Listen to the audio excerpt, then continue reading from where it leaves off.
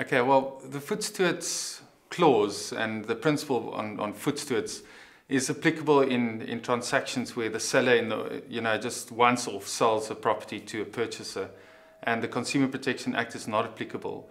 Then the seller will still receive the benefit and protection of the foot stewards clause insofar as it deals with with latent defects.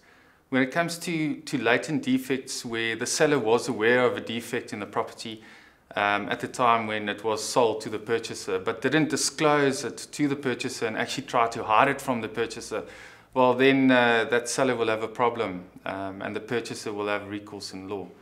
But where the Consumer Protection Act is applicable, the foot stewards clause is not applicable anymore and the seller will not receive that benefit of the foot stewards clause.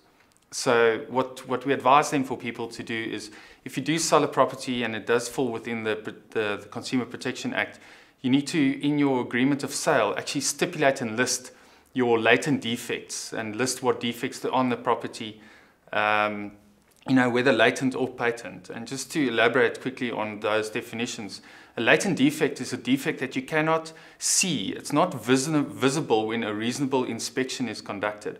All right, so, and a patent defect is a defect that you can see. So if you do a reasonable inspection, you'll be able to pick up a patent defect.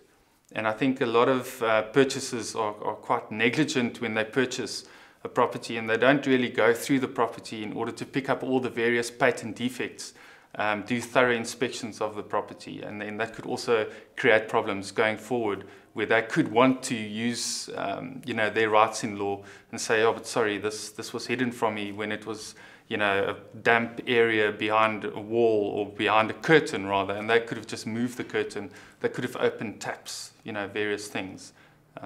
So yeah, just to recap, foot stewards clause in a normal sale where the Consumer Protection Act is not applicable, well, the seller's got the benefit there. Where the Act is applicable, then the seller does not have the benefit.